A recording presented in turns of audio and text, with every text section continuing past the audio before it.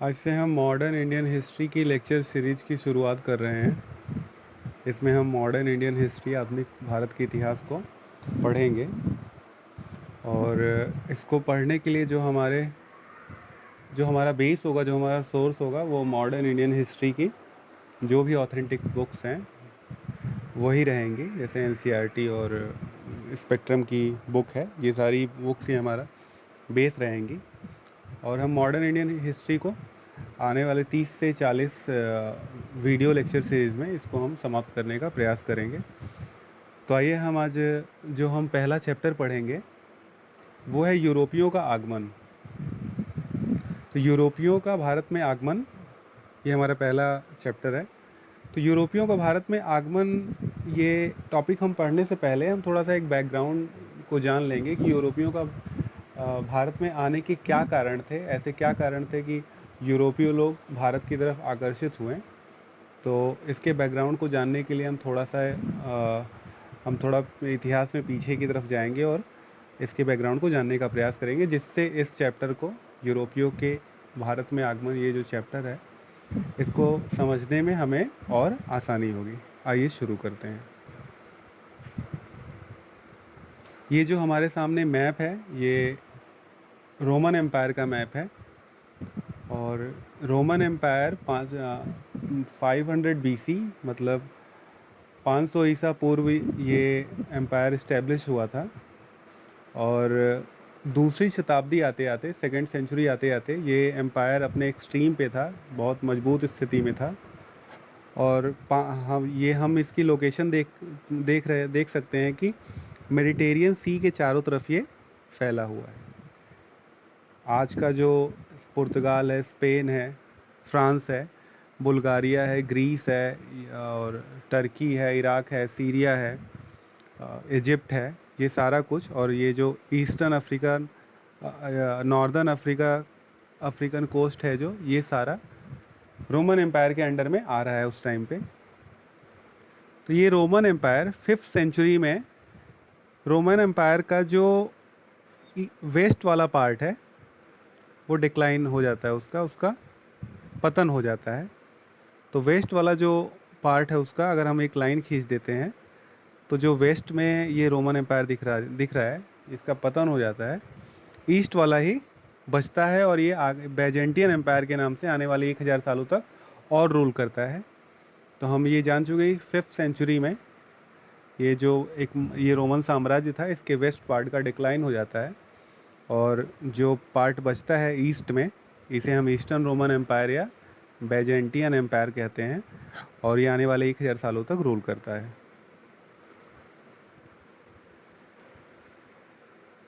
अगर हम इस मैप में देखें तो ये पूरा रहा एक रोमन एम्पायर, जिसके वेस्टर्न पार्ट का डिक्लाइन हो चुका है 5th सेंचुरी में, इसका डिक्लाइन हो चुका है। ये जो बैजेंटियन एम्पायर या ईस्टर्न रोमन एम्पायर है, ये रिमेन रहता है और 1000 सालों तक ये एग्जिस्टेंस में बना रहता है, लेकिन ये भी सिकुड़ता जाता है, एक टाइम पे ख़त्म हो जाता है। और अब हम देखते हैं कि 7th सेंचुरी में सऊदी अरेबिया में इस्लाम का उदय होता है। और ये भी अपने आप को, इस्लाम भी अपने आप को एक्सटेंड करता है, बढ़ाता रहता है। तो उस क्रम में जो बैजेंटियन एम्पायर है, बैजेंटियन एम्पायर का जो ये पार्ट है, इजिप्ट, इराक, टर्की, ये अगर हम देखें, आज का जो ग्रीस है, टर्की है, ये सारा कुछ, इजिप्ट है, सीरिया है, इराक का थोड़ा पार्ट है, ये सारा बैजेंटियन एम्पायर में आ रहा है। तो लेकिन जैसे जैसे इस्लाम अपने आप को अपना विस्तार करता है, तो जैसे इजिप्ट है, इराक है, ये सारे ये सारे इस्लाम के अंडर आ जाते हैं।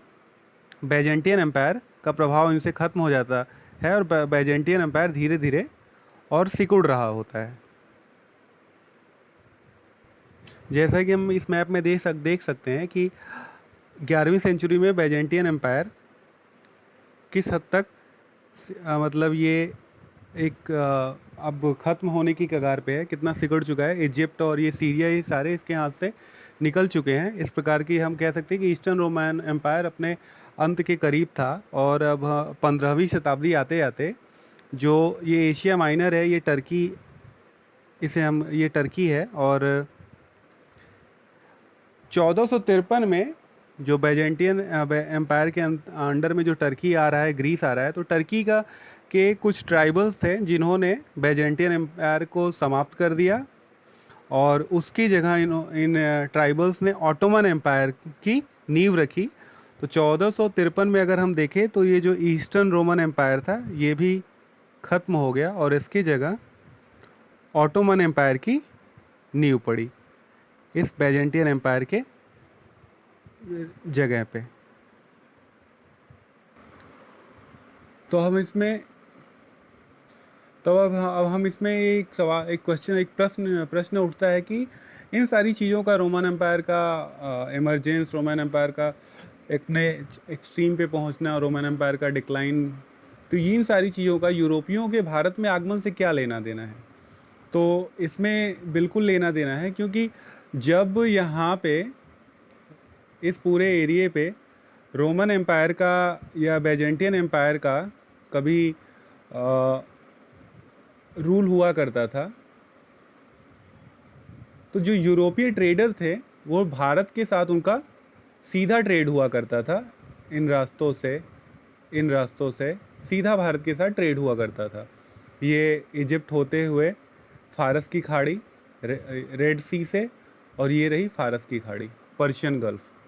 तो इनसे, इन दो रास्तों से भारत के साथ यूरोपी व्यापारियों का सीधा भारत से ट्रेड हुआ करता था, और जिसमें यूरोपी मुनाफा कमाते थे। लेकिन अब हम देखते हैं कि 7वीं सेंचुरी के बाद जब से इस्लाम एग्जिस्टेंस में आ गया, तो बैजेंटियन एम्पायर के पार्ट धीरे धीरे अरबियों के अंडर में आने लगे। जैसे इजिप्ट कभी बैजेंटियन एम्पायर का पार्ट था, लेकिन 7वीं सेंचुरी के बाद वो धीरे धीरे अरबियों के अंडर आ गया। 1453 में हम देख ही चुके हैं कि जो ऑटोमन एम्पायर था, ग्रीस, टर्की, ये सारा लिए हुए, जो बैजेंटियन एम्पायर था, ग्रीस और टर्की लिए हुए, इसको टर्की के ट्राइबल्स समाप्त करके यहाँ पे ऑटोमन एम्पायर की नींव रखते हैं।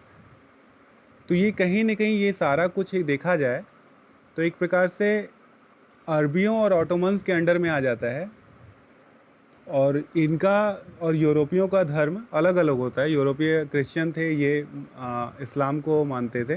तो कहीं न कहीं ये चीज़ भी एक इफ़ेक्ट डाली, इस चीज़ ने भी कहीं न कहीं इफ़ेक्ट डाला। और अब ये जो भारत के साथ व्यापारिक जो भी रास्ते थे, चाहे वो लाल सागर से होके, रेड सी से, चाहे वो पर्शियन गल्फ, फारस की खाड़ी से होके भारत को जाने वाले जो भी व्यापारिक रास्ते थे, या फिर ज़मीनी जो रास्ते थे, ये सारे रास्ते क्या हो गए, इनके अंडर में आ गए, ऑटोमन्स और अरेबियंस के। और इन्होंने अब यूरोपियों की जो मोनोपोली थी भारत के साथ व्यापार पे, उसको तोड़ दिया। अब उस पे भारत के साथ जो यूरोपियों का व्यापार था, उसके बीच में कहीं न कहीं ये अरबी अब मिडल मैन के रूप में आ गए। अब ये यूरोपियों को सीधे भारत से सामान परचेज़ ना करके ये भारत से खुद परचेज़ करते थे, और यूरोपियों को बेचने लगे। कहीं न कहीं ये बीच में मिडल मैन का काम करने लगे, और ये प्रॉफिट जो पहले यूरोपी सीधे कमाते थे, अब वो कहीं न कहीं अरबी मर्चेंट्स कमाने लगे, अरबी मिडल मैन कमाने लगे। इससे यूरोपियों का बहुत साल दर साल घाटा होता गया।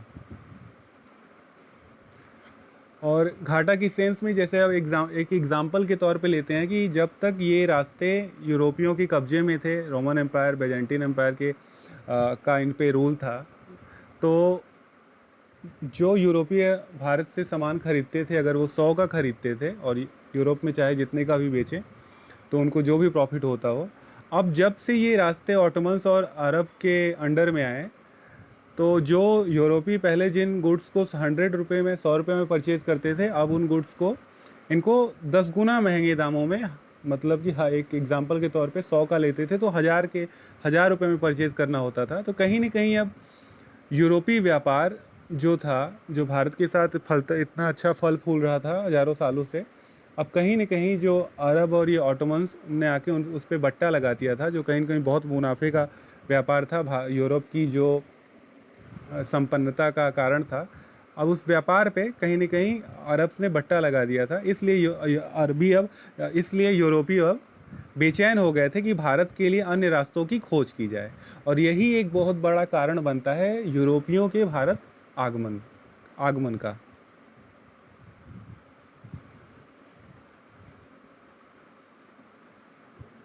जैसा कि थोड़ी देर पहले हमने पढ़ा ही है कि ये कभी रोमन एम्पायर हुआ करता था।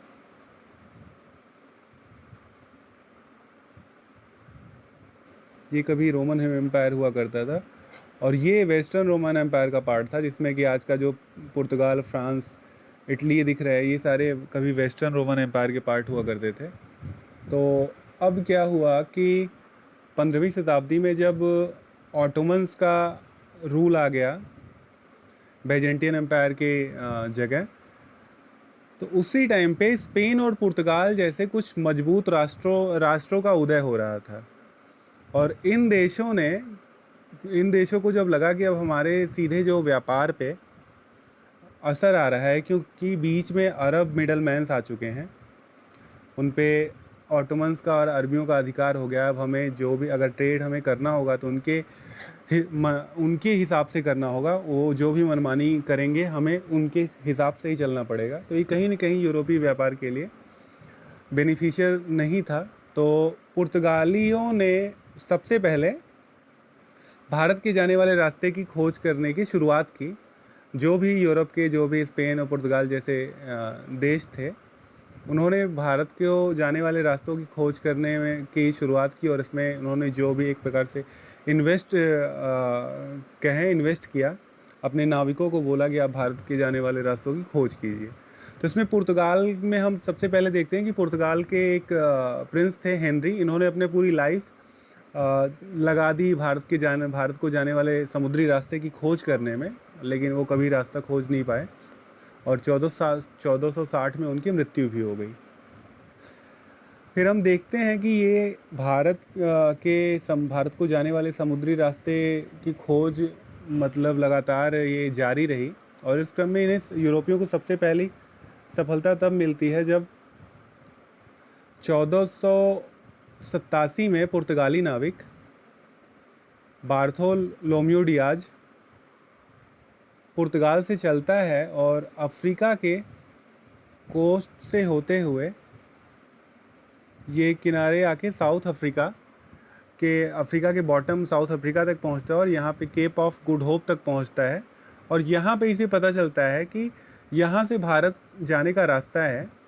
तो ये वापस आता है 1488 में और ये पुर्तगाल में बताता है, जिससे पुर्तगालियों में एक नई आशा की किरण जगती है कि हाँ, भारत जाने के लिए रास्ते की खोज मतलब अभी भी हम कर सकते हैं। फिर इसी क्रम में जब ये पता चला कि भारत जाने के रास्ते की लगभग खोज हो चुकी है, तो स्पेन का नाविक था क्रिस्टोफर कोलंबस। 1492 में वो भारत के लिए निकलता है, लेकिन वो इधर भारत के लिए ना निकलकर वो गलत रास्ते की तरफ में चला जाता है और वो वेस्ट की तरफ चला जाता है और अमेरिका की खोज कर देता है।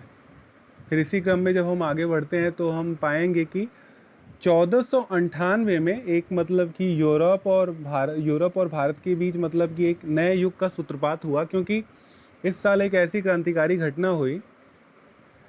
1498 में पुर्तगाली नाविक वास्को डी गामा यहाँ से चला, अफ्रीकन कोस्ट से होते होते केप ऑफ गुड होप आया, जहाँ बार्थोलोम्यू डियाज कभी आया था 1488 में, और तंजानिया पहुँचा।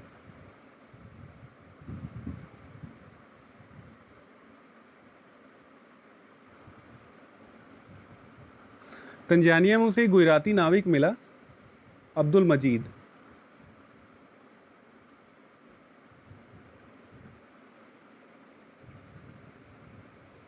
तंजानिया में उसे एक गुजराती व्यापारी मिला, अब्दुल मजीद। तो उसकी सहायता से वास्को डी गामा 1498 में भारत पहुंचा, भारत के कालीकट पहुंचा, भारत के समुद्री तट पे। और वहाँ का कालीकट का राजा जमोरिन था, जिसने उसका स्वागत किया। लेकिन बाद में वास्को डी गामा और जमोरिन की ज़्यादा बनी नहीं और इनके बीच विवाद का कारण ये रहा कि वास्को डी गामा चाहता था कि जब 1453 में ऑटोमन्स का कब्जा हो गया था इन रास्तों पे, ये लाल सागर और ये फारस की खाड़ी के रास्तों पे इन अरबियों और ऑटोमन्स का कब्जा हो गया था, तो तब से लेके 1498 में आज तक ये भारत के साथ जो व्यापार होता था, तो इस व्यापार पे अरबियों का पूरा एकाधिकार हो चुका था। ये यहाँ से सामान खरीदते थे, यहाँ पे इजिप्ट ले आते थे, और इजिप्ट का एक शहर है अलेक्जेंड्रिया, यहाँ से इस कोस्टल सिटी है, यहाँ से फिर वो यूरोप में भूमध्य सागर से होते हुए यूरोप को जाता था। तो इस पूरे ट्रेड पे अरब मिडलमैन के काम रूप में काम करते थे यूरोप के लिए, और भारत के साथ इनका सीधा व्यापार चलता था। तो वास्को डी गामा कहीं न कहीं अब अरबियों को इस ट्रेड से, इस व्यापार के एकाधिकार से, इनका एकाधिकार इस भारत के साथ व्यापार पे अब वो ख़त्म करना चाहता था। ये कहीं न कहीं जामोरिन और वास्को डी गामा के बीच विवाद का कारण बना। उसके बाद 2-3 महीने रहने के बाद वास्को डी गामा वापस से पुर्तगाल चला गया, और भारत से उसने जो भी स्पाइसेस और या कुछ भी गुड्स इसने परचेज़ किए थे, जब उसने पुर्तगाल जाके वापस उसने उसको बेचा, तो वो जितने में उसने परचेज़ किया था उससे 60 गुना मुनाफा उसने कमाया, जिससे कि पूरे यूरोप की आंखें चौधी आ गई कि इतने लंबे समुद्री रास्ते से जाने के बावजूद भी जो भी हमारा इन्वेस्टमेंट हुआ उससे 60 गुना ज़्यादा प्रॉफिट हो रहा है। तो यूरोप के हर देश ने अब भारत के साथ मतलब व्यापार पे एकाधिकार करने की होड़ मच गई, भारत के साथ व्यापार करने की होड़ मच गई, और हर पूरा यूरोप भारत के साथ सीधे व्यापारिक संबंध बनाने की जुगत में जुड़ गया। तो अब हम इसी क्रम में देखेंगे कि पोर्तुगीज़ अब आ चुके हैं, तो अब ये धीरे धीरे अपने आप को एक्सटेंड करेंगे, अरबियों को बाहर करेंगे, क्योंकि इनका पहला मोटो ही यही है कि अरबियों को सबसे पहले भारत के साथ जो ट्रेड है, व्यापार है, इससे एकदम अरबियों को बिल्कुल बेदखल किया जाए, और पूरी मोनोपोली पोर्तुगीज़ अपने हाथों में लेंगे। उसके बाद हम देखेंगे कि पोर्तुगीज़ के बाद फिर डच आएंगे, फिर ब्रिटिश आएंगे, फिर फ्रेंच आएंगे। तो ये सारी चीज़ें हम आगे नेक्स्ट क्लास में देखेंगे, और नेक्स्ट क्लास में पर्टिकुलर हम अभी पोर्तुगीज़ के बारे में ही पूरा हम पढ़ेंगे और उसको समाप्त करेंगे। चलिए, आज के लिए धन्यवाद।